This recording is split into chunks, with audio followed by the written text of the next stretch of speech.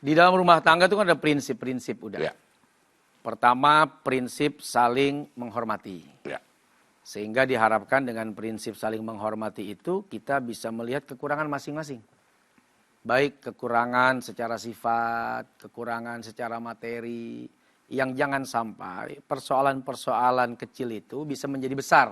Hanya karena kita tidak lagi menghormati kekurangan itu.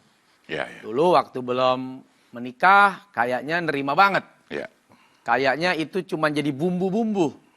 Kenapa kemudian saat ini kekurangan itu jadi persoalan dan permasalahan besar.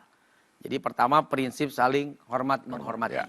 Yang kedua adalah prinsip saling melindungi atau menjaga.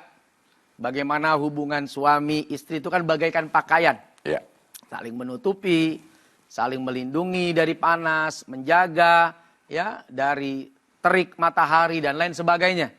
Termasuk kita yang hidup dalam rumah tangga tidak mungkin kecuali pasti setiap hari, setiap saat karena seringnya bertemu, berjumpa, kita akan saling melihat kekurangan kita masing-masing.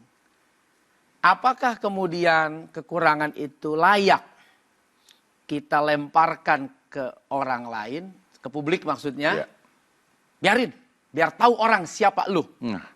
Biar paham orang siapa lu. Nah. Orang lain gak tahu lu kecuali gua. Biar yang lain tahu bahwa lu tidak seperti apa yang kata orang lain. Hanya karena emosi. Ya. Hanya karena marah sesaat. Hanya karena sebel sesaat. Meluap-luap, meletup-letup. Setelah orang tahu semua siapa suami, berpisah pun enggan. Bercerai tidak mau. Masih kumpul bareng, duduk bareng, hidup bareng. Ya. Antara gengsi dengan fakta. Dilepas, nggak kuat. Karena faktanya dia pencari nafkah. Sebetulnya gengsi. Karena orang udah ngomongin. Kemarin aja lo ceritain jelek-jelek tuh laki lo. Lo ceritain tuh jelek-jelek bini lo. Kasih aja barang sama dia. Sebelum mengucapkan atau menuliskan sesuatu, pikirkan matang-matang.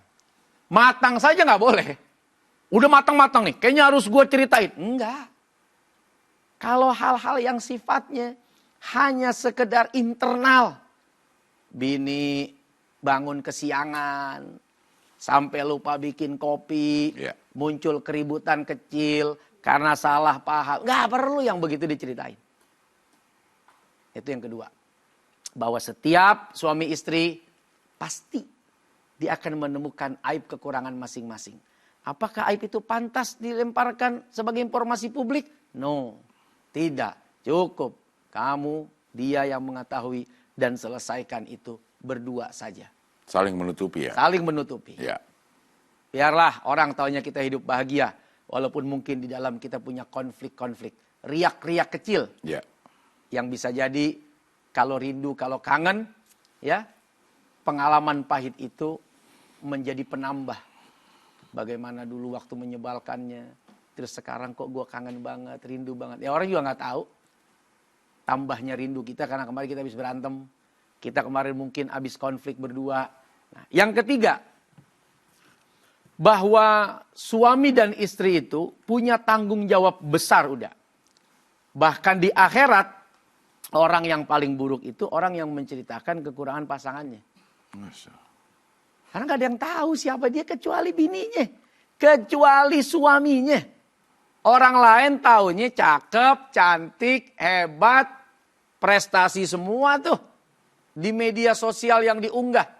Tapi siapa dia dari dalam, siapa dia dari dekat, gak ada yang tahu kecuali orang terdekat.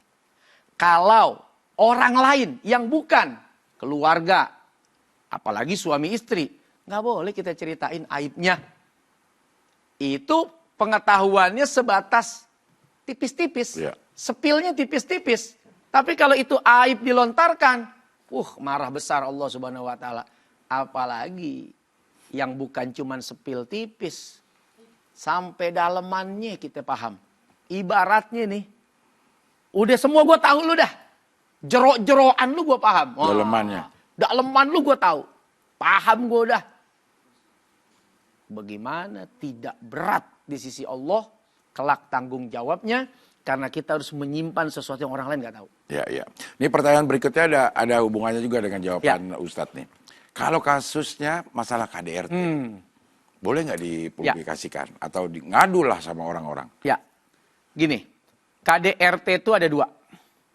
Ada yang memang spontanitas saat konflik, ada yang memang berupa ancaman. Kalau tidak, bahaya saya.